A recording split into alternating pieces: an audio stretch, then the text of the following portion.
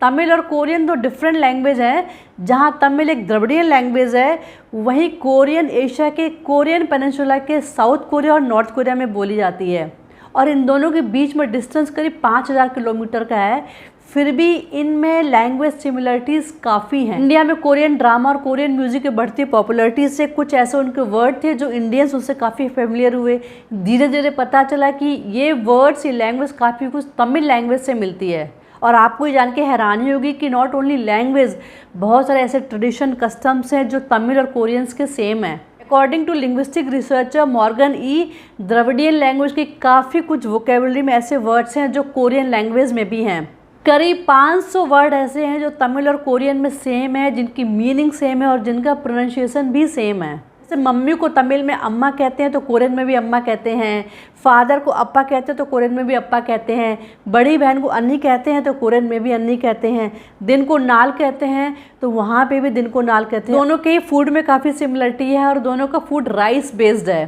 Korea का kimchi zone काफ़ी कुछ सिमिलर है असाई डोसा जो तमिलनाडु में खाया जाता है। तमिलनाडु में एक बहुत फेमस पोंगल हार्वेस्टिंग फेस्टिवल है, वैसे कोरिया में चूसोक करके एक हार्वेस्टिंग फेस्टिवल है। तमिलनाडु और कोरिया दोनों में एक ऐसा कस्टम है जिसमें वो अपने एंसेस्टर्स को खुश करने के लिए अच्छा अच्छा खाना बनाते हैं और उनको ऑफर करते हैं। कोरियन ड्रम डांस तमिलनाडु का थटपन डांस में काफ़ी सिमिलरिटी है। उसके अलावा इनके ट्रेडिशंस भी काफ़ी मैच करते हैं। जैसे कोरियंस अपने बाहर के शूज़ को घर के अंदर लेके नहीं आते हैं, घर में नहीं पहन के आते हैं, वैसे तमिलनाडु में ये कल्चर है कि बाहर के शूज़ को बाहर उतारते हैं, अपने से बड़ों की रेस्पेक्ट में बो डाउन करते हैं। ये कल्चर दोनों जगह ही देखने को मिलता है। बच्चे के पैदा होने पे घर के बाहर हरी मिर्च लटकाते हैं और इनका ये बिलीव है कि जो बुरी आत्मा वो घर के अंदर नहीं आती हैं और इसी तरह की कुछ प्रैक्टिस तमिलनाडु में भी होती है। इन सिमिलरिटीज़ के पीछे कई सारी थियोरीज हैं। कोरियन स्क्रिप्चर समग्युक्यूसा में लिखा हुआ है कि 49वीं सेंचुरी में तमिलनाडु से एक प्रिंसेस संबावलम आती है कोरिया, जिन्होंने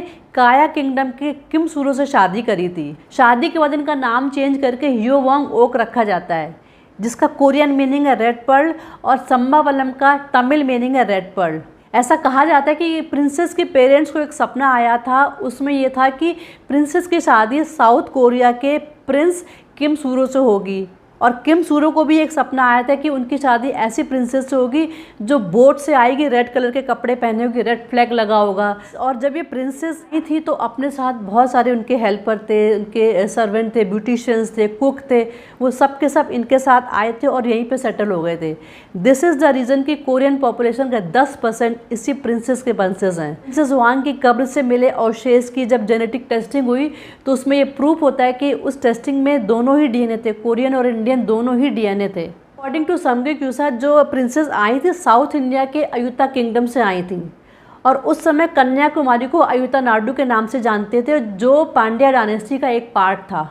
और ये बात ऐसे प्रूफ होती है जब ये प्रिंसेस आती हैं तो उनकी बोट में एक त्रिशूल लगा होता है जिसमें कि ट्विन फिश की एक इमेज बनी होती है और उस समय जो कोरियन कॉइन्स होते थे उनमें भी ट्विन फिश की इमेज होती थी और यही ट्विन फिश की इमेज पांड्या डायनेस्टी के फ्लैग में, कॉइन्स में और इनका एक सिंबल भी था। कुछ हिस्टोरियंस अयोध्या किंगडम को अयोध्या से भी कनेक्ट करते हैं और इसी वजह से कोरियंस ने अयोध्या में एक स्मारक बनवाया रानी का और बहुत सारे कोरियंस हर साल दर्शन करने भी आते हैं।